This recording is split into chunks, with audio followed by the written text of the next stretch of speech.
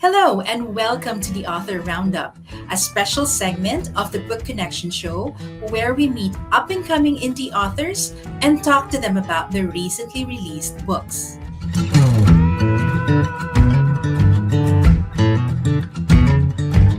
Hi, and welcome to Author Roundup. My name is Jenny, and I will be your host for this episode. So, today we'll meet an indie author who grew up in rural South Georgia, and the times of his youth inspired the tales of law and intrigue.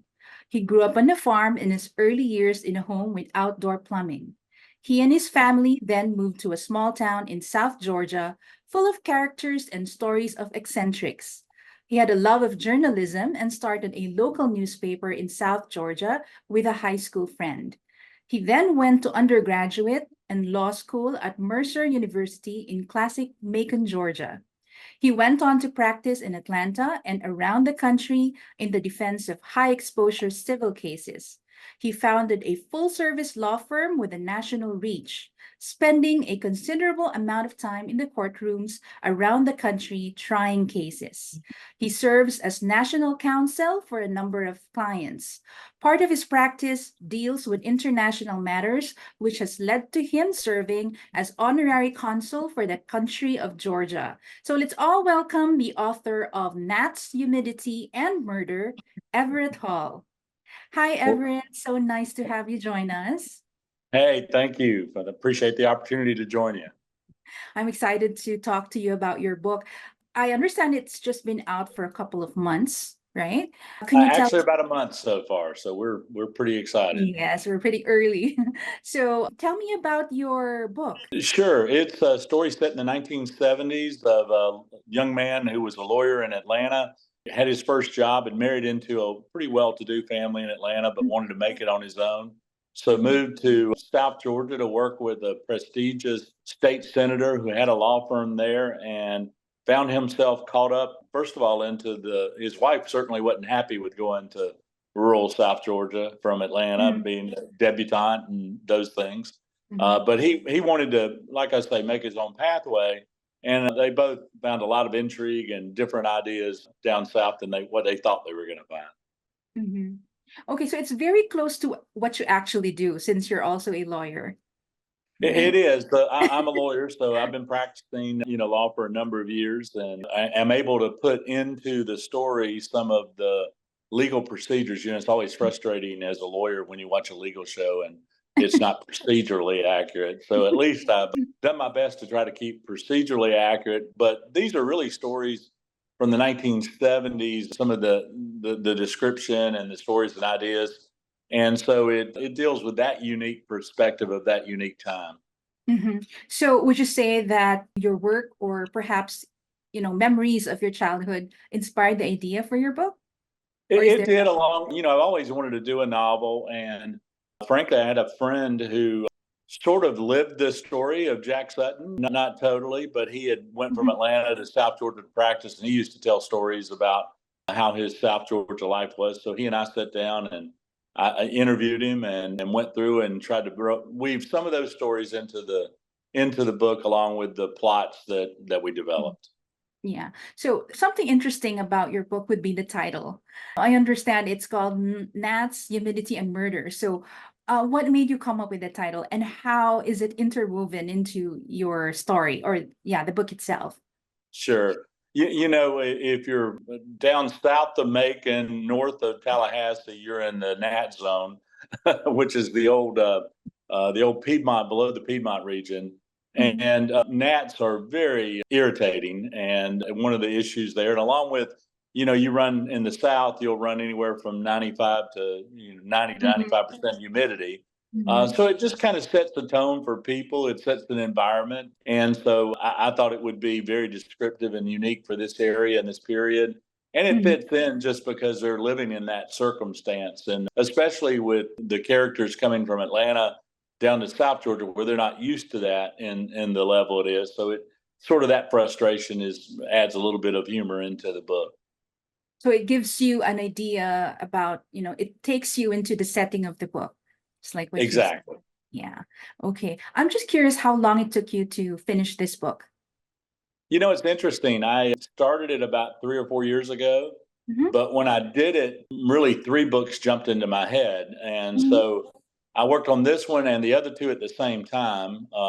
This one, being the first in the series, it took about 3 years to get finished. The other two working sort of, as part of it. The second one, I'm in the editing phase of it now. And the third one, I've got about 20% more to finish drafting. So it's Mhm. really been a process. I travel a lot. As you can tell, I'm in a hotel in Tampa today. And so when I'm sitting in the hotel at night or have free time, I'll sit there and work on the books. And so that's how I did it over the last 3 or 4 years. Okay. Considering how busy you are with in the introduction I gave, you're doing a lot of things. How did the writing process go? Can you share with us some anecdotes or, experiences you've had while you're writing the book? Sure. For me, it's sort of an escape, the writing side. Mhm. I didn't know really, I've never really studied on how to write a novel and didn't do any research about do you do this or do you do that.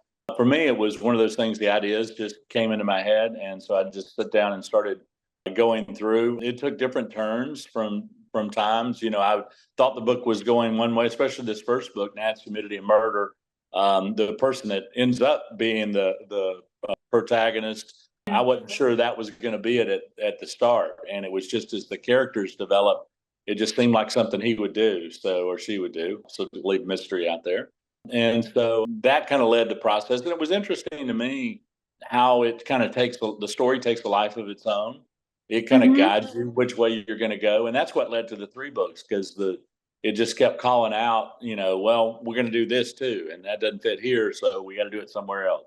Okay. Uh, So so you that's been the mentioned, process. yeah, so you mentioned this book, Gnats, Humidity, and Murder, led to two other books. So is this like a sequel, or I mean, a series or something?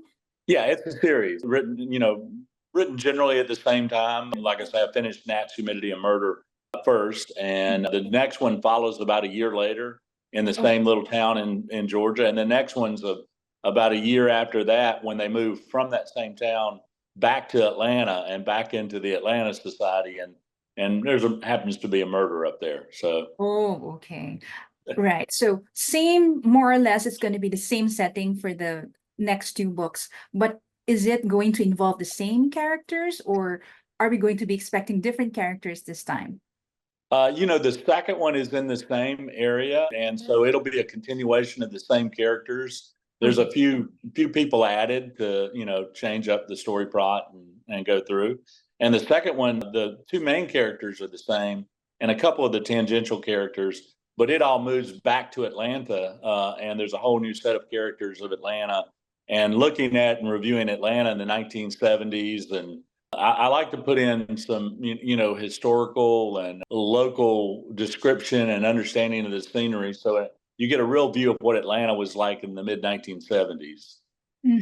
So it all sounds so complex to me, like when you said that you you will include like legal proceedings and all that in the book, but did you actually have to do some research to write this story, or? Yeah, sure. Along the way, especially getting back into the period, I was in high school in the 70s, so I wasn't a lawyer down there and didn't have the event. So I went through and looked at what was going on in the time period so that it's historical fiction, but the general side plots that's going on, the events that are occurring, I tried to keep those historically accurate. And so had to do some research for those. And then just developing the characters and some of the stories. Did a lot of review of the legal system in South Georgia in the 1970s just to get a flavor that went back in there. And most of that would again, it wasn't done in advance. It was part of the processes I would read and it would lead me somewhere. I'd learn about that and then add that into the story.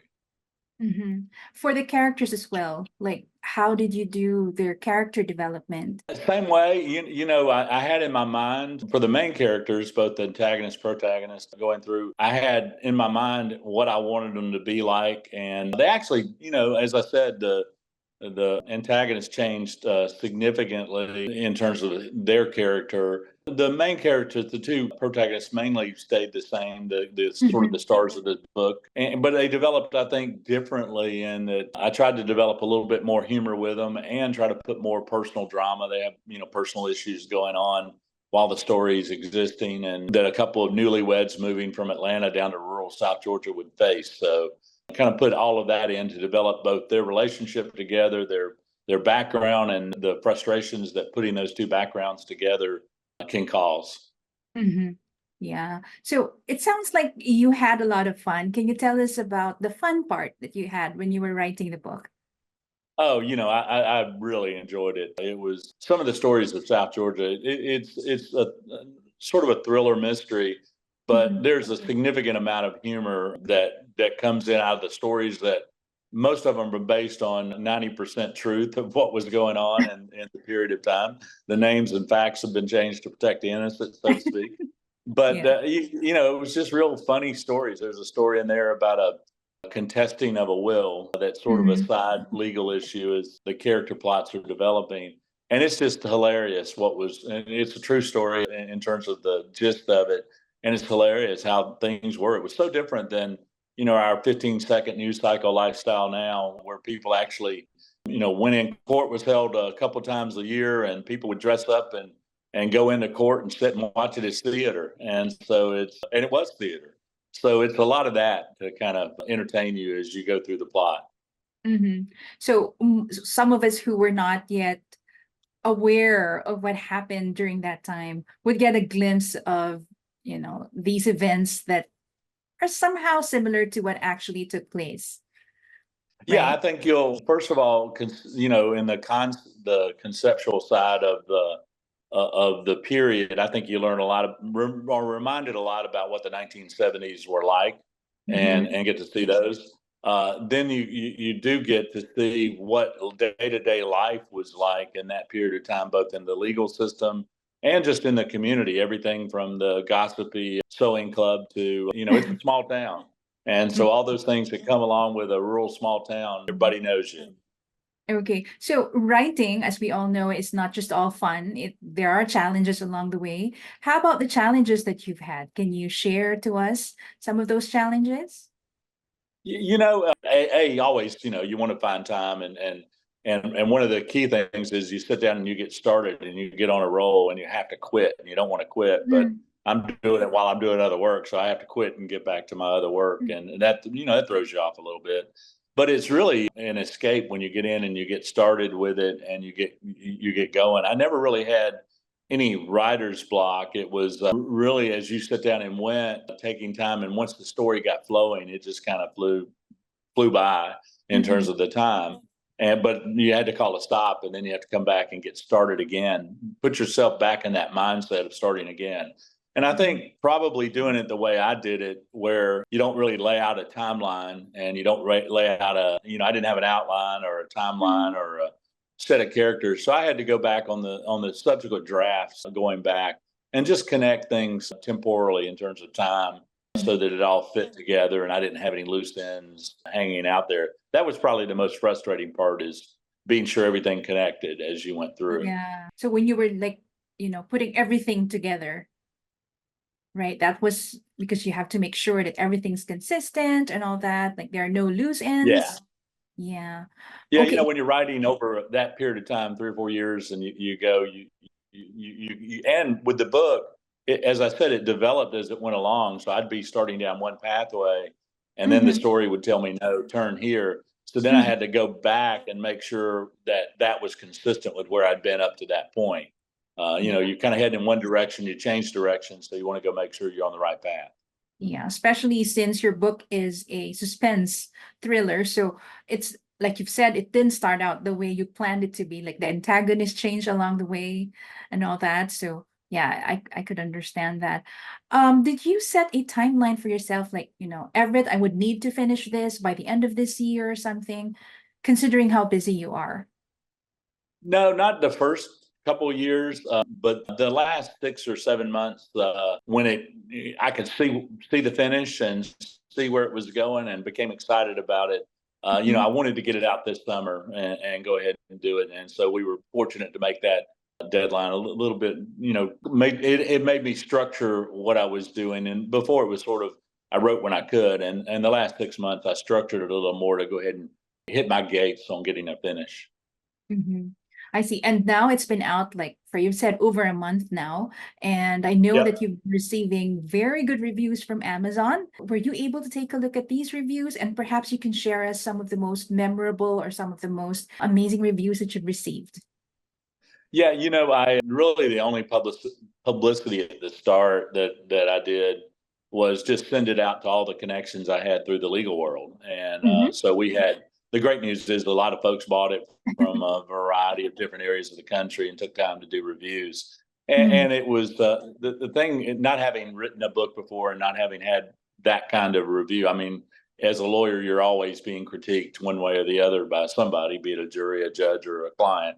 Yeah. So I'm used to being critiqued, but seeing somebody take the book and read it and enjoy the fact pattern, see the humor, different people pick out different aspects of it that entertain them more than others. And Mm-hmm. so it's just been very satisfying to see those and really appreciate the people taking the time not only to read the book, but to write the review because that is I really appreciate those folks. And so I've enjoyed the review process. I'm looking forward to seeing more as they come along. Yeah, so I'm sure they're very excited for the next two books to come. Okay, so what advice would you give to writers who are just starting out with their books? Do it in whatever style that allows you to move forward bit by bit. I think too many people want to, they think they have to follow somebody else's model or what they've seen on, some, how do you write a novel or what do you do? And those folks, if you're doing it that way, I can see where it could be a difficult process. But if you have a story inside you, just sit down and start writing it out. And that may be for you doing a detailed outline. That may be for you just starting, whatever it is. I, I believe writing, as is the story, is unique, and you ought to do it in whatever pathway you want. But just do it, and I think folks need to. I think if you're really, if you really got a story and you're inspired and you give yourself the opportunity, it'll write. It'll be very easy to tell yourself, no, I'm not going to do this, or no, it's not going to be good enough, or no, they're not going to like. Write it for yourself. Sit down. If you have it inside you, write it for yourself. And then if others enjoy it, great. But if not, you'll be very satisfied with the process. Hmm. I'm sure most of the reasons people will give you is that they don't have the time or they get writer's block or something like that. Yeah, but you're Yeah, I in think those are certainly probably the inspired. yeah, I think those are probably the common things that folks go and once you've got your story, I think you just find opportunities to overcome those sorts of things and just stay persistent. Right. So if you could share to us your personal and professional goals for this year, like in terms of your professional goals as an author. Sure. The name the book's under is Everette Hall. That's my middle name. In the legal world, I'm John Hall, John Everette Hall. And so I'm still very active in our law firm that's growing around the country. It's called Hall Bush Smith. And so I'm going to be working on that, but I'm going to stay on the same pathway. I'm finishing or getting into the editing process of book two and then finishing the writing I wrote yesterday, some on book three as I was at the airport and trying to do. It's called Murder at the Yacht Club, by the way, so Okay. it ought to be fun. That's the second But book. Is that the the second third book? one, The third one, okay. it's the third one. I'm struggling with the title for the second one. I don't know Okay. quite what the title should be because it's still in the local town where the first book occurred, and I don't want to follow the same thing. But I'm working on that. But Okay. so my goal as a writer is to really try to learn how to get the information out about this book because it still amazes me. I kind of you send out an email to all the folks and you think, well, everybody's seen it, everybody knows that you've written a book, and if they want to do something with it, we will. I Mhm. was at dinner last night, and one guy said, "Hey, I love your book," and the other guy who was on the same list and been there said, "Oh, you wrote a book?" They had no idea. Yeah. So it's that fine line of how not to irritate folks by continuing to remind them that a book's out there for the audiences closest to you that'll buy, which I intend to do that. But then Mhm. try to figure out, just as I did with writing and how to get the book going, try to figure out how best to market and to keep the book relevant from that point of view. I think it'd be a great book for a screenplay. So I'm hoping at some point Yes. to find a way to connect somebody for that. Yes. So we hope that happen soon. So I'm just curious, do you have plans of writing books in other genres aside from, fiction?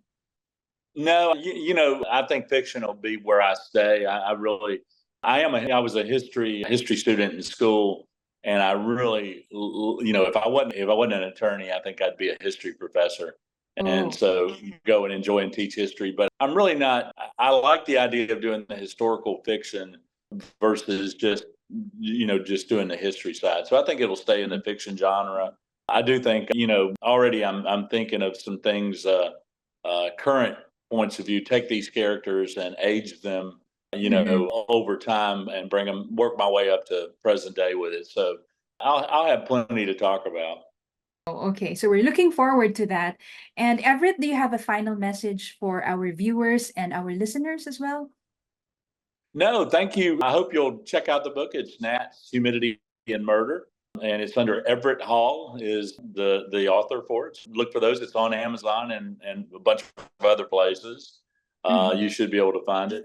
And I really appreciate those who take the time to look at it, to read it, and especially those who do reviews, because I've learned through the process how important it is to get reviews out there. Correct. And it fuels your blood as an author, right? The reviews that you get from your readers would, make you want to go on and write more stories and, write more books. So, can you also invite our viewers and listeners to check out your social media accounts? And if you have a website, you can also invite them to visit the website. Sure. It's EverettHallPublications.com is the website for the book and Mhm. for the other books that are going to be coming. You can I'm on LinkedIn under John Hall, so you can check there and you'll get some information on terms of the background and others. And so that's really where we are at this point, getting started. It is on Amazon, so you can get it on Mhm. Amazon. Yes. So thank you so much, Everett, for sharing your time and telling us about your book. I'm sure everyone's excited to get a copy. And to everyone watching and listening to us, make sure you get a copy of Everett Hall's book, Gnats, Humidity, and Murder. So it's brimming with colorful characters and intriguing local lore. It'll definitely educate and entertain all readers and keep you on your toes. So if you're looking for your next read, you may purchase it from Amazon, Barnes& and Noble, and also Archway Publishing's online bookstore. And it's available in softcover, hardcover, and ebook as well. So thanks again, Everett, and to all of you who joined us today. Thank you, and see you again on the next episode of the Author Roundup.